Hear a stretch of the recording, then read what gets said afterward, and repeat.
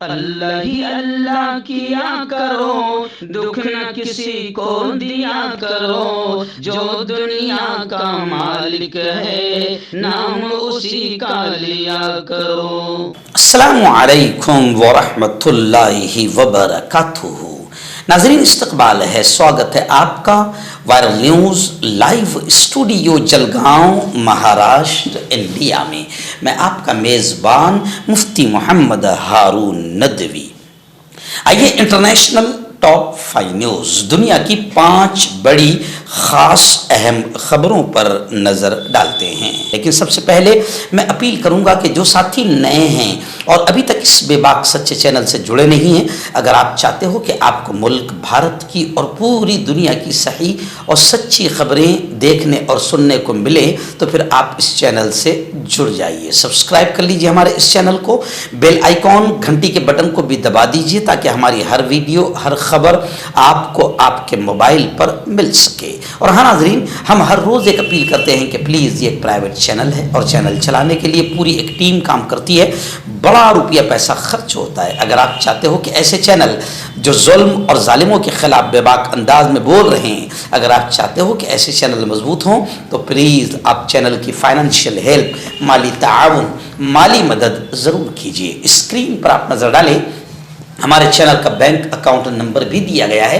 اور اگر آپ آن لائن پیسہ بھیج کر مدد کرنا چاہتے ہیں تو گوگل پے، فون پے اور پے ٹی ایم تینوں کا ایک ہی نمبر ہے 9637541786۔ اللہ نے جو بھی آپ کو طاقت دی ہے اس اعتبار سے ہر دن یا ہفتے یا مہینے میں ایک بار ہی صحیح 200، 500، 1000 جو بھی آپ چینل کی مدد کر سکتے ہیں مدد کیجیے، چینل کو مضبوط کیجیے، ہمارا ساتھ دیجیے۔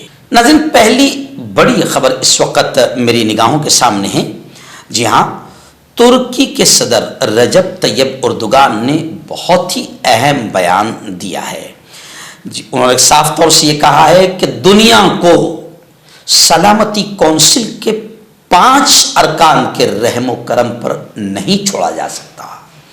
اقوام متحدہ میں، UN میں مکمل طور پر اصلاحات کی ضرورت ہے۔ موجودہ بحران سے آنے والی نسلیں بھی متاثر ہوں گی۔ رجب طیب اردوغان کے اس جملے سے بالکل میں اتفاق کرتا ہوں کہ جس طریقے سے غزہ، فلسطین، شام، لبنان اور عراق اور پوری دنیا میں جس طریقے سے خاص طور سے مائنورٹیز پر اور مائنورٹیز میں مسلمانوں پر جس طریقے سے اسرائیلی یہودی آتنکی حملے کر رہے ہیں، اور پھر وہاں سے اٹھ کر آپ دیکھیں کہ میرے پیارے ملک ہندوستان میں جس طریقے سے ہندو آتنکی موب لنچنگ کا شکار اور نشانہ بنا رہے ہیں، دھاڑی ٹوپی دیکھ کر مسلمانوں کو، خاص طور سے مائنورٹیز میں مسلمانوں کو خاص طور سے، تو سچ کہا رجب طیب اردوغان نے کہ دنیا کو سلامتی کونسل، وہ جو بنی ہوئی ہے UN کی، اقوام متحدہ کی، تو طیب اردوغان نے جو کہا کہ دنیا کو سلامتی کونسل کے 5 ارکان، 5 ممبرز، ان کے رحم و کرم پر چھوڑا نہیں جا سکتا۔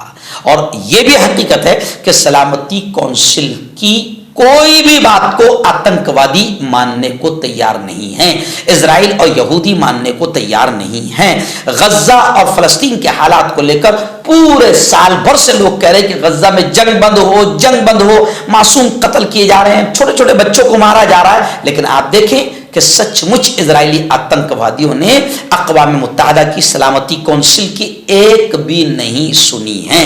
اس لیے طیب اردوغان نے کہا کہ اقوام متحدہ میں مکمل طور پر اصلاحات کی ضرورت ہے، اور جو موجودہ بحران ہے اور حالات ہے، اگر اس کو روکا نہیں گیا تو آنے والی نسلیں بھی اس سے متاثر ہوگی۔ رجب طیب اردوغان نے استنبول میں TRT ورلڈ فورم میں خطاب کے دوران کہا کہ اقوام متحدہ میں مکمل طور پر اصلاحات کی ضرورت ہے۔ دنیا کو صرف ان 5 لوگوں کے 5 ارکان کے رحم و کرم پر چھوڑا نہیں جا سکتا۔ طیب اردوغان نے سلامتی کونسل کے اس نظام کو مسترد کر دیا جس کے تحت جس کے تحت 5 مستقل اراکین کسی بھی فیصلے کو ویٹو کرنے کا اختیار رکھتے ہیں، اور کہا کہ دنیا ان 5 ممالک سے بڑی ہے۔ ناظرین، اس وقت شام سے، دمشق سے بڑی خبر آ رہی ہے۔ خبر ہے کہ باغیوں نے حلب کا مکمل کنٹرول سنبھال لیا۔ سرکاری فوج بھی عارضی طور پر وہاں سے دستبرداری کا اعلان کر چکی ہے۔ سرکاری فوج بھی جوابی مہم کے لیے مکمل طور پر تیاریوں کے ساتھ مزید فوجیوں کو وہاں پر تعینات کیا جا رہا ہے، ایسا شامی فوج کا بیان آیا ہے۔ شام کی فوج نے شمال مغربی صوبہ حلب سے عارضی دستبرداری کا اعلان کر دیا ہے، جہاں باغی گروپ نے سرکاری فورسز پر اچانک حملے شروع کر دیے تھے اور شہر پر قبضہ کر کے اپنا مکمل کنٹرول سنبھال لیا ہے۔ الجزیرہ کی رپورٹ کے مطابق شام کی فوج نے بیان میں کہا کہ حلب اور ادلب میں گزشتہ چند روز کے دوران مسلح دہشت گرد تنظیموں سے بدترین لڑائی کے دوران درجنوں فوجی ہلاک اور زخمی ہوئے ہیں۔ بیان میں کہا گیا کہ فوج دوبارہ منظم ہو رہی ہے اور جوابی مہم کے لیے مکمل طور پر تیاری کے ساتھ مزید فوجیوں کو تعینات کیا جا رہا ہے۔ شام کی فوج نے کہا کہ دہشت گرد گروپس نے حلب اور ادلب کے مختلف اطراف سے حملے کیے اور جنگ 100 کلومیٹر سے بھی زیادہ علاقے تک پھیل گئی ہے۔ فوج نے یہ بھی کہا کہ دہشت گرد حلب کے اکثریتی علاقوں میں داخل ہو چکے ہیں، لیکن فوج کی بمباری کی وجہ سے وہ اپنی پوزیشن برقرار رکھ نہیں پا رہے ہیں اور انہیں وہاں سے بے دخل کر کے ریاست کا قبضہ دوبارہ حاصل کرنے کے لیے ہم پرعزم ہیں۔ غزہ اور حماس مجاہدین کو لے کر ایک بڑی خبر اس وقت سامنے آ رہی ہے۔ خبر ہے کہ جنگ بندی کے لیے، سب سے پہلے تو یہ خبر ہے کہ جنگ بندی کے لیے حماس کا ایک وفد خلیل الحیہ کی سربراہی میں قاہرہ مصر پہنچ گیا ہے، جنگ بندی کے لیے، سیز فائر کے لیے۔ وہیں پر یہ بھی خبر ہے کہ حماس نے شمالی غزہ میں اسرائیلی آتنکوادیوں نے جو ممنوع ہتھیاروں کا استعمال کیا ہے، حماس نے شمالی غزہ میں ممنوع ہتھیاروں کے استعمال کی تحقیقات کا مطالبہ کیا ہے۔ اسلامی تحریک مزاحمت حماس نے شمالی غزہ کی پٹی میں دہشت گرد آتنکوادی قابض اسرائیلی فوج کی جانب سے بین الاقوامی سطح پر ممنوع ہتھیاروں کے استعمال کی تحقیقات کے لیے ایک بین الاقوامی کمیشن، انکوائری کمیشن بٹھانے کا، تشکیل دینے کا مطالبہ کیا ہے۔ یعنی حماس کا کہنا ہے کہ شمالی غزہ میں جو ہتھیار ممنوع ہیں، بین ہیں، انسانوں کے لیے نقصان دہ ہے، اسرائیل نے ان تمام ہتھیاروں کا استعمال کیا ہے اور اس کی تحقیقات کی جائے، ایسا ڈیمانڈ اور ایسا مطالبہ حماس نے کیا ہے۔ وہیں پر جنگ بند ہو، اس کے لیے بھی حماس کا ایک وفد باقاعدہ قاہرہ مصر پہنچ گیا ہے اور ان کا یہ کہنا ہے، حماس کا یہ کہنا ہے کہ شمالی غزہ کی پٹی میں بے گناہ عام شہریوں، سول سٹیزنز کے خلاف بمباری اور قتل عام کے بعد شہریوں اور ڈاکٹروں کی طرف سے دی گئی خوفناک شہادتیں اور ہتھیاروں اور گولہ بارود سے نشانہ بنانے کے واقعات سے پتہ چلتا ہے کہ ایسے ہتھیاروں کا اسرائیلی آتنکیوں نے استعمال کیا ہے، جس کے بعد لاشیں تیزی سے تحلیل ہو جاتی ہے اور بخارات بن کر ختم ہو جاتی ہے۔ یعنی ایسے خطرناک ہتھیارات بھی اسرائیل نے استعمال کیے ہیں اور حماس نے یہ بھی کہا ہے کہ یہ دہشت گرد قابض فوج نے شمالی غزہ کی پٹی میں وحشیانہ نسل کشی کی مہم کے دوران بین الاقوامی سطح پر جو ممنوع ہتھیار ہے، بین ہتھیار ہے، وہ اس کا استعمال اسرائیلی آتنکی فوجیں کر رہی ہے۔ ناظرین، ایک بڑی خبر اس وقت فلسطین سے یہ بھی آ رہی ہے کہ فلسطین کے جو پریزیڈنٹ ہے، صدر ہے محمود عباس، انہوں نے اپنا جانشین نامزد کر دیا۔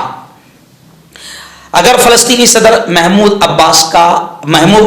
عباس کام جاری نہیں رکھ سکے تو ان کے جانشین نئے انتخابات تک 90 روز کے لیے صدر ہوں گے۔ فلسطینی اتھارٹی کے صدر محمود عباس نے اپنی خرابی صحت کے پیش نظر ضرورت پڑنے پر منصب سنبھالنے کے لیے روحی فتوح کو اپنا جانشین نامزد کر دیا۔ الجزیرہ کی رپورٹ کے مطابق فلسطینی اتھارٹی کے صدر محمود عباس نے روحی فتوح کو اپنا جانشین اس لیے نامزد کر دیا کہ اگر خرابی صحت کے باعث وہ کام جاری نہیں رکھ سکے تو پھر وہ عہدہ سنبھال لیں گے۔ جی ہاں، روحی فتو عہدہ سنبھال لیں گے۔ فلسطین کے 89 سال کے صدر، یعنی 90 سال کے قریب ان کی عمر ہو گئی ہے، محمود عباس، فلسطینی لبرین آرگنائزیشن PLO کے بھی وہ سربراہ ہے، اور انہیں یاسر عرفات کے انتقال کے 1 سال بعد یعنی 2005 میں فلسطینی اتھارٹی کا صدر منتخب کیا گیا تھا۔ اب انہوں نے اپنی خرابی صحت کی وجہ سے باقاعدہ اپنے جانشین کو نامزد کر دیا ہے۔